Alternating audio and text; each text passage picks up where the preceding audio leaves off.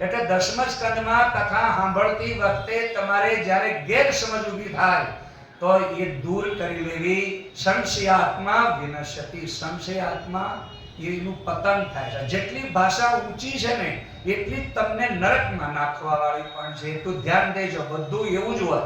જેટલું જ્ઞાન ઊંચું હોય, જેટલું સમજવાના પ્રસંગો, ભગવાનની લીલા બહુ ઊંચી છે, એટલે એની અંદર જો તમે ચામડાની દ્રષ્ટિ સહેજ પણ મિશ્રિત કરી તો તમે આ કથાનો લાભ લઈ શકવાના નથી. એટલે ગોપીઓની સાથે ભગવાનનું જે અહીંયા લાઈનમાં ભગવાન જ્યારે ગોપી ગીત ગાય, રાસલીલા કરશે, આ બધું જે છે ને એમાં 5 અધ્યાય જે ગોપીઓ સાથે ભગવાને મહારાસ રમ્યા અને મહારાસના 5 અધ્યાયમાં જે કઈ વર્ણન છે એ આ વાણી તમને મને જે વ્યક્ત કરીને બતાવે છે ને એની સાથે કોઈ સંબંધ નથી. કેમ કે અહીં સુધી અત્યારે હું તમને હવે બધું બતાવું છું. આમાં દસમ સ્કંદની અંદર આખો અધ્યાય પૂર્વાર્ધ અને ઉત્તરાર્ધ બેય પૂરો થાય તો પણ એમાં ક્યાંય રાધાનું નામ આવતું નથી. એટલે જે લોકો રાધા રાધા કરતા હોય પછી બીજા પંડિતો પાસે કથા સાંભળી હોય અને એ બધા રાધાનું આમ કહેતા, રાધાનું તેમ કહેતા, બને ત્યાં સુધી મહાભારતમાં રાધાનું નામ નથી, ભાગવતમાં નામ નથી. તમે કહેશો કે ભાઈ તો રાધાનું નામ ક્યાં છે? ગ્રંથોમાં તો નથી, પણ દેવી ભાગવતમાં એક જગ્યાએ થોડીક ઝલક આવી છે. બાકી બીજું કોઈ જગ્યાએ એનું ક્યાંય મારા વાંચવામાં તો આવ્યો નથી. મહાભારતનું તમે આખી સિરિયલ જોઈ ક્યાંય રાધા હતી નથી આવી. બરોબર? એવી રીતે તમે કદાચ આ ભાગવત સાંભળ્યું છે, પંડિતો પણ સાંભળ્યું, ત્યાં રાધા રાધા કર્યું હોય છે, તમે બધા બોલ્યા હશો જે કર્યું હોય, પણ એ શાસ્ત્ર વિરુદ્ધ આમાં પ્રસંગ છે જ નહીં. તમને કોઈ એમ કે આ ભાગવતમાં છે તો એ બિલકુલ જૂઠ બોલે છે. ભાગવતમાં તો નથી જ.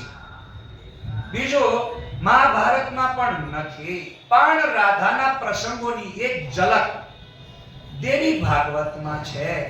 એમાં એક થોડો પ્રસંગ ભગવાન કૃષ્ણનો આખો જુદો અલગ બતાવ્યો છે. એની અંતર્ગત થોડુંક રાધાનું વર્ણન આવે છે અને થોડુંક આ દસમ સ્કંદમાં જે પ્રસંગ છે ને એની અંદર પણ એક જગ્યાએ ત્યાં દેવી ભાગવતમાં આવે છે. અહીંયા જેવું છે એવું જ વર્ણન દેવી ભાગવતમાં છે, પણ ત્યાં જ્યારે ભગવાન કૃષ્ણ મહારાસની મોરલીનો તાન છેડે બધી ગોપીઓ આવે છે ત્યારે આ ભાગવતમાં રાધા નથી, પણ એ ભાગવતમાં એવો જ પ્રસંગ બતાવ્યો છે, ત્યાં રાધા છે. એ શું કરે છે કે એ વખતે બધા જેવા તાનમાં આવી જાય ને ત્યારે બધા એકદમ મસ્તીમાં આવી જાય ને પછી અચાનક કૃષ્ણ ગાયબ થઈ જાય. તો બધી ગોપીઓ ગોતે છે તો કે ક્યાં ગયા? તો કે હગડ. તો હગડે જતા જતા એક વડની ઘટાટોપ છાયામાં અને ચાંદની ખીલેલી હતી વનરાઈમાં, ત્યાં રાધાના ખોળામાં મસ્તક રાખીને કૃષ્ણ સૂતા છે. ત્યારે બધી ગોપીઓએ કીધું, અરે રાધા તું અહીંયા લઈને આવતી રહી કૃષ્ણને, આવું કેમ? આપણે તો મહારાસ રમવાનો છે અને આપણને કૃષ્ણે વચન આપ્યું છે, જે અહીંયા કાત્યાયનીનું વચન આપ્યું હતું એ રીતે ન્યાય એ પ્રસંગ છે. તો કૃષ્ણએ આપણી મનોકામના પૂર્ણ કરવાનું કીધું છે. તો કૃષ્ણ શું કહે છે ખબર? રાધા કે તો આવું, નકર હું આવવાનો. બધી ગોપીઓ હરી રાધા હવા ભરાઈ ગઈ. તો એ વખતે રાધાને તો મનમાં થાય, સ્ત્રી સ્વભાવ છે એટલે બહુ માન ચડ્યું એને કે ઓહો કૃષ્ણ મને કીધા તો કે હું રજા આપું, રાસ લેવા જઈએ આપણે, એક શરત. શું? કૃષ્ણ મને એના ખંભે બિહાડીને લઈ જાય તો, નકર. હવે કૃષ્ણ તો તરત કે બધી હા, કૃષ્ણ ઊભા થયા અને આમ વાંકા વળ્યા. રાધા જેવી બેહવા ગઈ, કૃષ્ણ ગાયબ થઈને ભમ પડી હતી, લે મોઢામાં ધૂળ ભરાઈ જાય બધી. અને બધી ગોપીઓથી લે તો દેખી ખાતું ગયા. એટલે કહેવાનો મતલબ આપણે પ્રેમની લાગણીની અંતર્ગત આ એક ચિઠ્ઠોલી ભગવાને એવી કરી કે તમે એક બાજુ જેને પ્રેમ કરો છો, સર્વસ્વ અર્પણ કરો છો ને એની ઉપર ચડવું છે. ઘણા લોકો કહે છે કે આવા પ્રકારનું રાધાનું વર્તન આમ તેમ, પણ આ બધા પ્રસંગો ગમે એટલો તમે ઊંચામાં ઊંચો રાધા કરતા ઊંચો પ્રેમ કરતા હો, પણ અતિ પ્રેમ જે છે ને અતિ સર્વત્ર વર્જયે. તો ઘણા લોકોની એવી ટેવ હોય, અતિ પ્રેમની અંદર તરત પછી પોતાનું આમ એવું સ્વરૂપ સામે આવી જાય કે સીધો આમ પગ માથે મેલી દે છે. પણ આ વસ્તુ રાધાએ કરી તો એને ધૂળ ચાટવાનો વારો આવ્યો. એટલે એ વખતે રાધાએ ગાયબ થઈ, કૃષ્ણ ગાયબ થઈ ગયા. પછી પોતે કૃષ્ણ જડ્યા જ નહીં. હવે રાધા ગોપીઓ બધાય પોતે, પણ કૃષ્ણ જડ્યા. હવે એ વિરહનું ગીત જેમ અહીંયા ભાગવતમાં ગાયું છે ત્યાં પણ છે, પણ ત્યાં રાધાએ એક નિયમ કર્યો. કેમ કે રાધા પ્રેમ છે, મારો સાચો પ્રેમ છે તો કૃષ્ણ મારી પાસે આવશે. એટલે એ રીતે ત્યાં પ્રસંગ આખો અલગ છે, અહીંયા પ્રસંગ અલગ છે. તો હવે અહીંયા આપણે અત્યારે દશમ સ્કંદની જે ભાષા છે એ થોડીક સમજવા જેવી ગંભીર છે. કેમ કે એની અંતર્ગત આપણી ચામડાની દ્રષ્ટિ કામમાં આવશે નહીં. એટલે દ્રષ્ટિ જ્ઞાનમય કૃત્વા, જ્ઞાનમય દ્રષ્ટિ કરો તો જ આપણી આંખની અંદર આપણે એક જ વસ્તુ કરવાનું છે કે મારા અંતરની આંખ, ગુરુ મારા અંતરની આંખ ઉઘાડો. છતીરે આંખે છે અંધાપો, સૂજતો નથી કિનારો. એવા સમયે આપણે અંતરની આંખ ઉઘાડવી હોય તો શું કરશો કહો? વિરાટ રૂપના દર્શન કરવા હોય તો જેમ અર્જુનને ભગવાને દ્રષ્ટિ આપી હતી, કઈ દ્રષ્ટિ આપી કહો? દિવ્યમ દદામિ તે ચક્ષુ. હે અર્જુન, હું તને જે આંખ આપું છું એ દ્રષ્ટિથી જ વિરાટના દર્શન થશે. એ દશમ સ્કંદની અંદર પરમાત્માની આ લીલા, અને એનો જો લાભ લેવો હોય તો નરસિંહ મહેતાએ જે દ્રષ્ટિથી ભગવાન કૃષ્ણની બધી જ લીલા એને જોઈ, અને એ લીલા પ્રમાણે એને બધા જ એના અનેક ભજનો લખ્યા છે. નરસિંહ મહેતાના કૃષ્ણ સાથેના આવા અનેક ભજનો છે. એની આ રાસ લીલા જોઈ અને એમાં એને એ બધું જે દેખાયું એ ભાષામાં એને એ શબ્દોમાં એને એ લખ્યું છે. તો કૃષ્ણ ચરિત્રની લીલામાં નરસિંહ મહેતાએ એક બહુ સુંદર પ્રભાત્યું લખ્યું છે. દહીં તણા દહીં થરા, ઘી તણા ઢેબરા, કઢીએલ દૂધ તે કોણ પીશે જાગને જાદવા.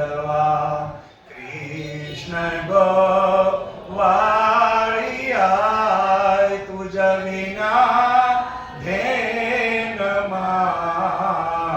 કોણ જાશે. એક પછી એક શબ્દ નરસિંહ મહેતા એમાં બહુ સરસ લખ્યા. આવા અનેક એને પ્રભાત્યાઓ અને આવા સુંદર એમણે ગરબાઓ અને રાસ લખેલા છે. હવે અહીંયા આપણે આ ભાષામાં જ્યારે સમજવા જઈ રહ્યા છીએ ત્યારે એક પ્રસંગ હવે આવે છે. એક વખત યશોદાજી પોતાના કામથી પરવારી અને મેળવીને વલોણું કરવા બેઠા. જેવા વલોણું કરવા બેઠા એ જ વખતે કૃષ્ણને ભૂખ લાગી. માં ભૂખ લાગી છે એમ આવીને ધામ દઈને ખોળામાં પડ્યા. ખોળામાં પડ્યા એટલે પછી યશોદાએ તરત વલોણું બંધ કરીને કાનાને સ્તનપાન કરાવવા લાગે. એમાં એને દૂધ યાદ આવ્યું. શું યાદ આવ્યું? દૂધ યાદ આવ્યું. દૂધ યાદ આવ્યું એટલે હવે છે ને ચિત્ત ચૂલામાં અને મન માયામાં અને હાય હોય ના કરનારા આવા લોકોને પછી ભગવાન ખોળામાં હોય ને તોય એને હડસેલો મારે છે. ચિત્ત ચૂલામાં, મન માયામાં, હાય હોય કરનારા એને કથાનો રંગ શું લાગે? તો ભગવાનને હડસેલો મારીને દોડીને ગયા ચૂલા ને ગયા તો દૂધ ઉભરે જતું રહે. એટલે એક થોડુંક દૂધ બચાવવા દોડીને ગયા તો અહીંયા કૃષ્ણને એવો ક્રોધ આવ્યો ને કે આમ ટાંગા નાખતા ને જોયું વલોણા માટે ગોળી જે હતી કે જૂના જમાનામાં છે ને માટીનું આવતું, ખબર છે? એ માટીની ગોળી હોય તેવી પાટું મારી માન ગોળું ભમ કરીને બધું ઢોળી રમણ ભમણ કર્યું અને બધું ઢોળ્યું. એટલે ઓઈપા તપેલું દૂધ જ્યું વલોણું જતું રહ્યું અને યશોદાને આવ્યો ક્રોધ. એમ ભરતા તે લીધી એક હાથમાં લઈને ઉપડ્યા મારો. તે લાલો દોડ દોડ કરે. હવે તમે જો ભગવાનને પકડવા જાય છે પણ હાથમાં આવતા. હવે આ તમારા ઘરમાં તમે જે લીલા કરો છો ને એની અંદર અહીંયા જે લીલા થઈ રહી છે એની ભાષામાં બહુ ઊંડા ઉતરવું પડશે. તમને અહીંયા અત્યારે ખાલી આટલી વાત કરી તો એમ તમને અંદર અંદર આમ થોડોક આનંદ આવ્યો, સાંભળો છો તો મજા આવી, પણ રિયલ અંદર આત્મદ્રષ્ટિથી તમે જોવા જાઓ, જો આ કર્મ કરો ને તો એટલો આનંદ આવે. યશોદા ક્રોધમાં પાછળ દોડી લાલા જીપ કરતો દોડતો જાય છે, આમ ભેગો કરતો જાય છે, ભાગતો જાય અને થાકી ગયા યશોદાજી, પણ લાલો હાથમાં આવ્યો. હવે એ વખતે યશોદા ફટ દઈને બેહી ગયા. હવે તું જો તારી ખબર નથી, બેહી ગયા, તારે બોલવું જ નહીં, જા કીધા. હવે એમ કરીને યશોદા બેહી ગયા. તારા લાલો ધીરે કરીને આવ્યો, આવી માં કરીને ખોળામાં ફટ દઈને પાછો અને પકડી કે વતને બાંધ્યું ને ઉભો હતા. તો યાદ રાખજો, તમે જે બુદ્ધિથી ભગવાનને પકડવા માંગો છો અને એને જે બુદ્ધિથી બાંધવા જાવ છો, એનાથી ભગવાન બંધાતા એક 3 ઇંચનું ટૂંકું પડે. 3 આંગળ એટલે 3 ઇંચ ટૂંકું પડે. હવે 3 ઇંચ ટૂંકું પડે, બીજું દોરડું લાવો, વળી બાંધે, પાછો બાંધે, વળી ટૂંકું પડે. તો તમે ભગવાનને તમારી સમજણ પૂર્વક ગમે એવી રીતે તમારી અંદર સમજણમાં લેવા જશો તો એ ભગવાન કોઈ દિવસ આપણી સમજણમાં આવવાના.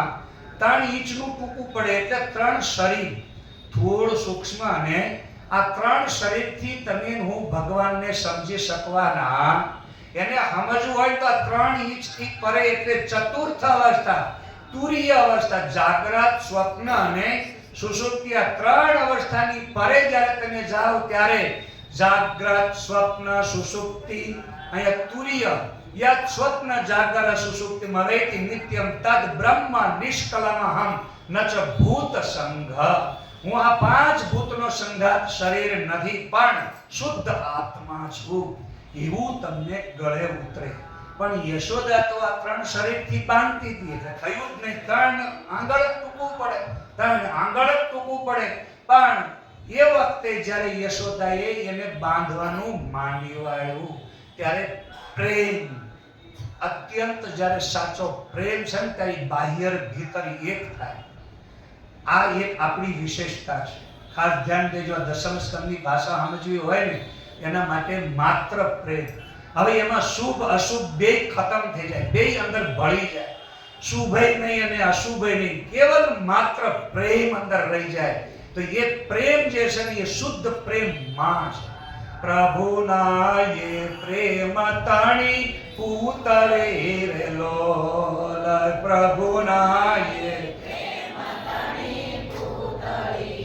લોલ જગથી જુદેરીની જાત જો જનની જોડ સકી નહીં જડે લોલ જુદેરીની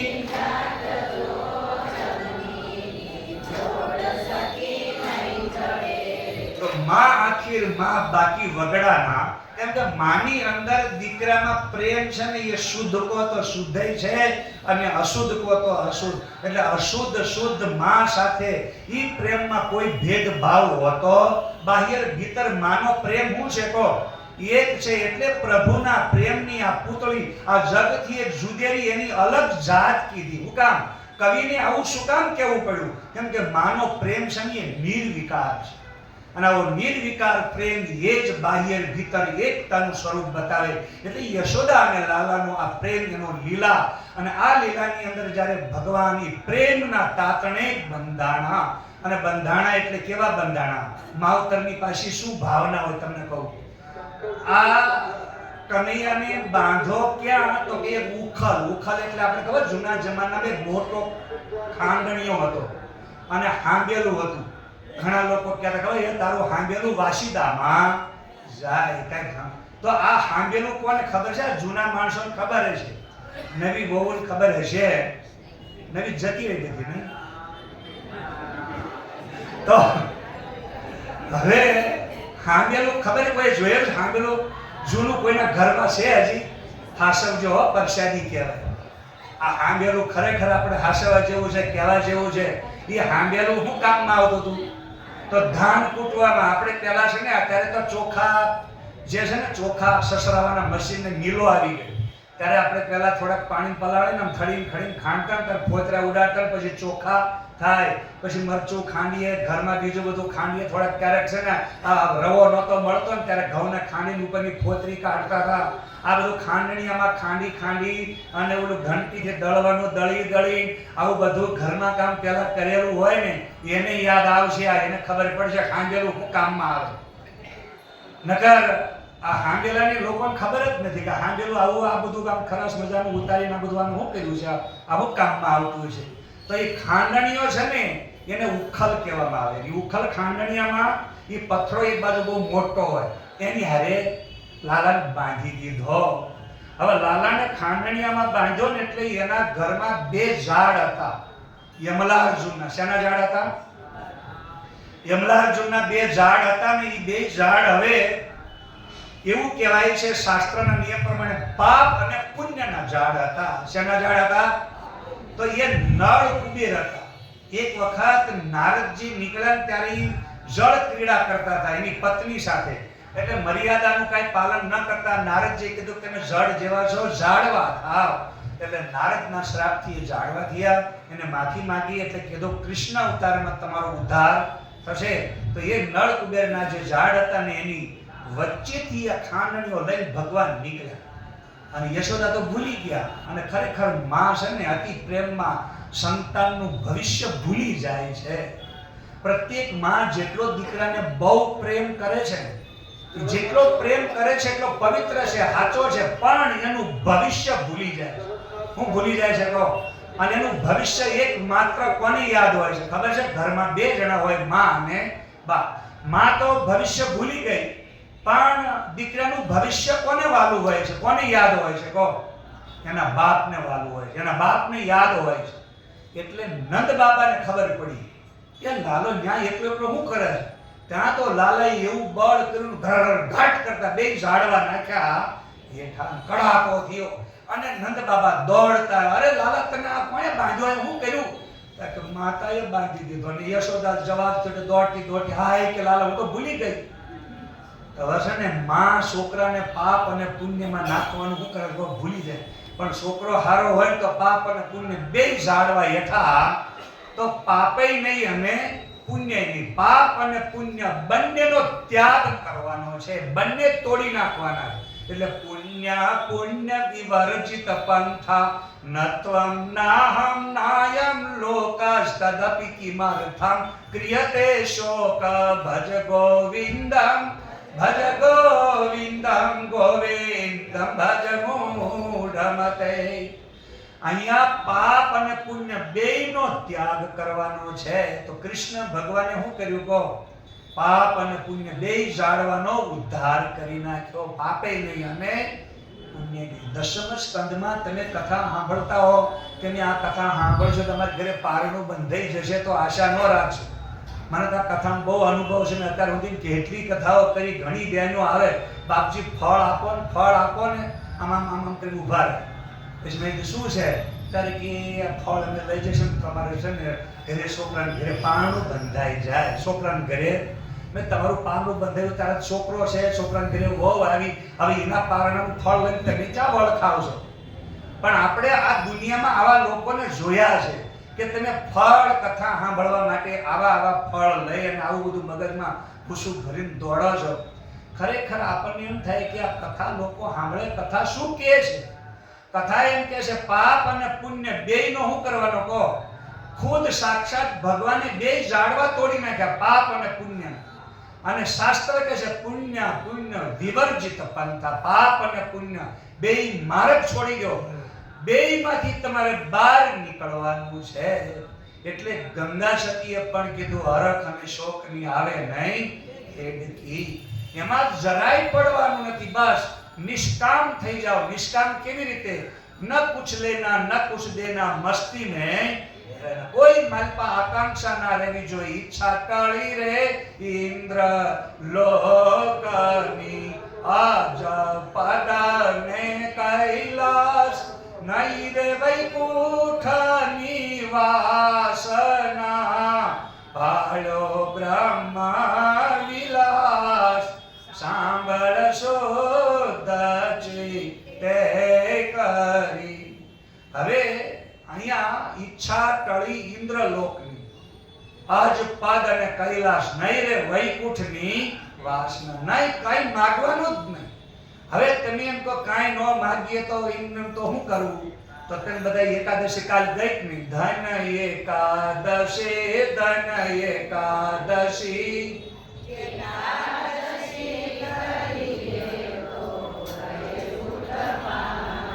કોને વૈકુંઠ જાવું લોકો?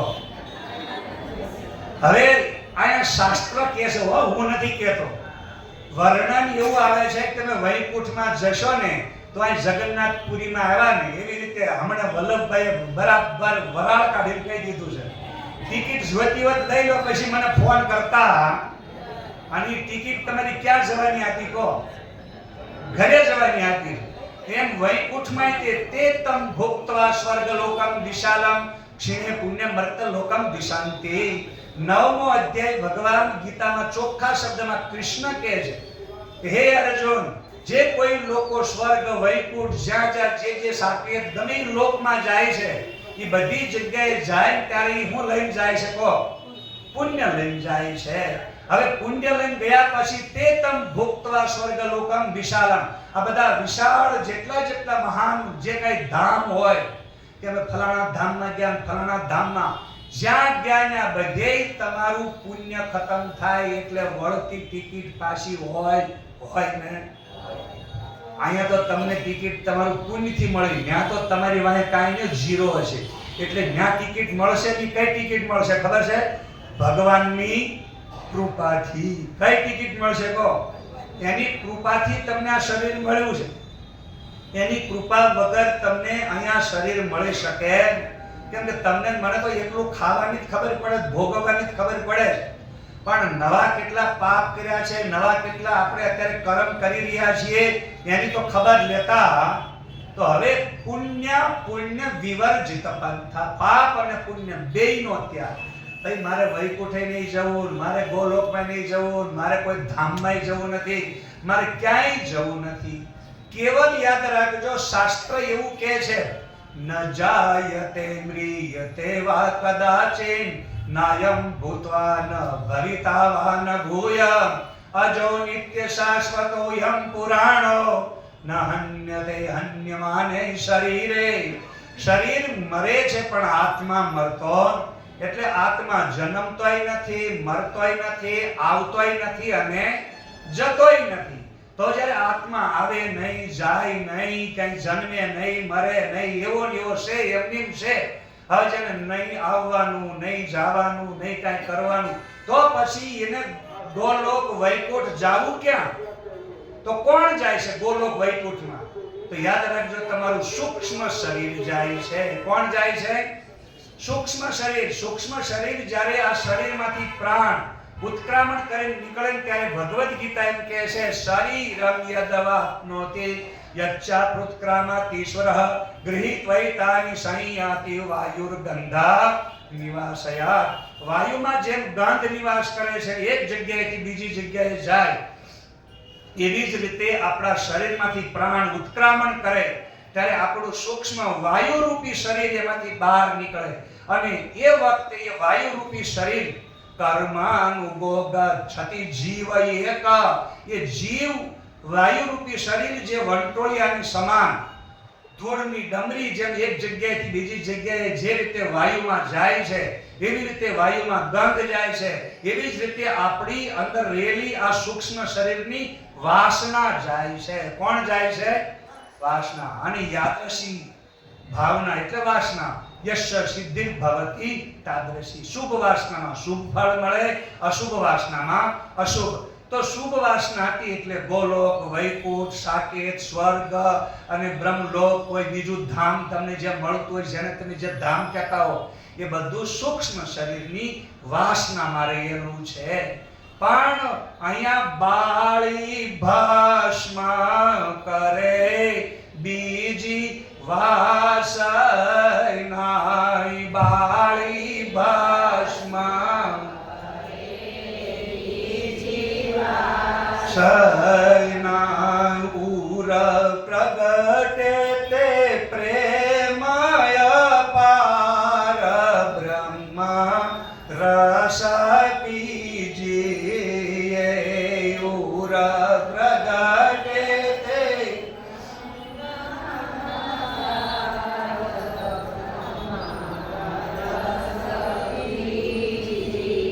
હવે આ પ્રેમ જે છે ને એ વાસનામાંથી જે માનો પ્રેમ છે ને એવો પ્રેમ આપણને એ પરમાત્માની અંદર એક રસ કરી દે છે, એક